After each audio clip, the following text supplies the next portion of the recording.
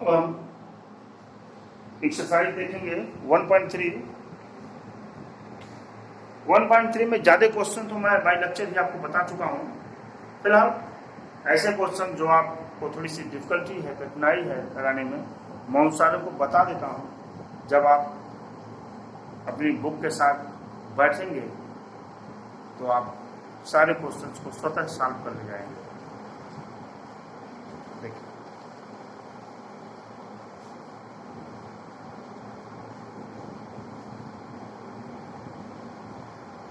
Exercise 1.3।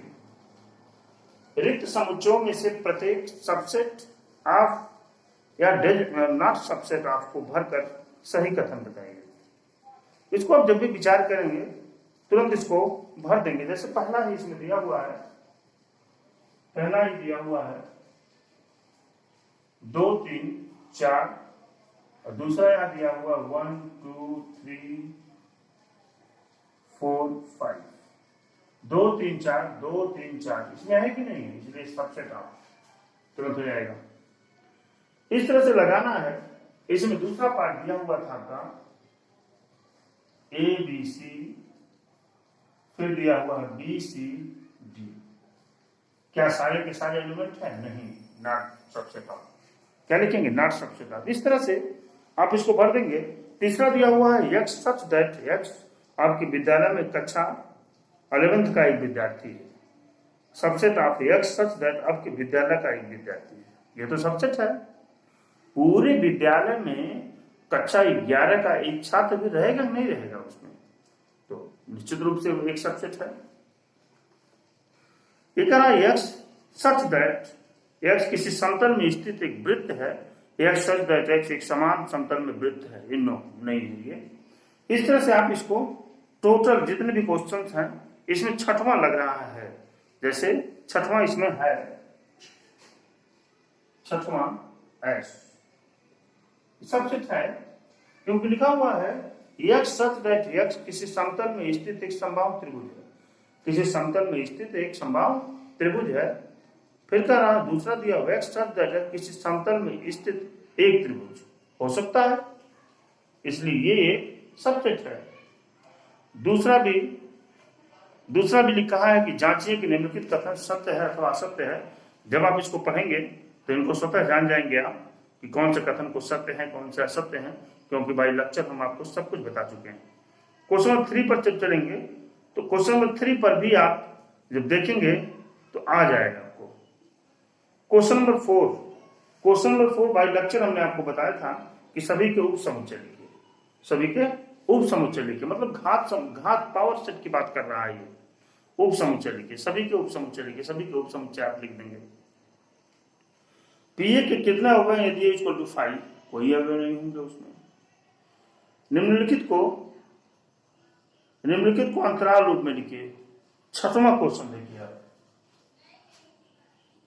निम्नलिखित को अंतराल रूप में लिखना है। लिखा हुआ है X such that X is element of R -4 is less than X is less और इक्वल टू 6। कैसे लिखेंगे इसको?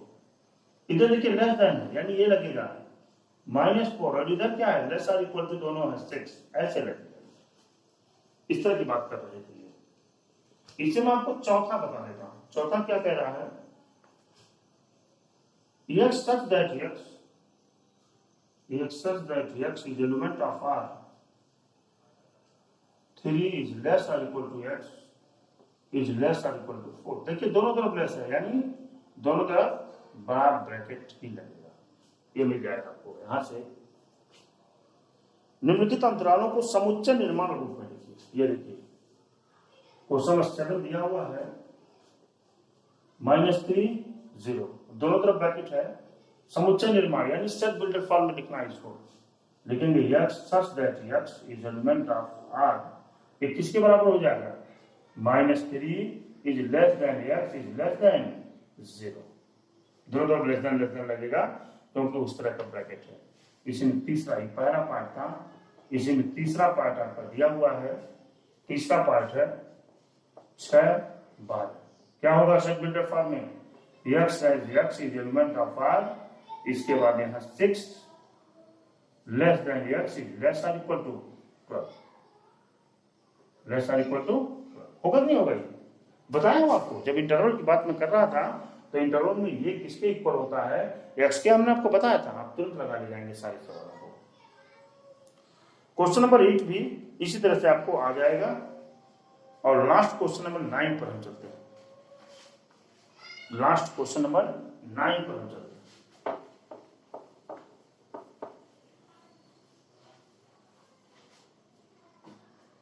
Question number 9,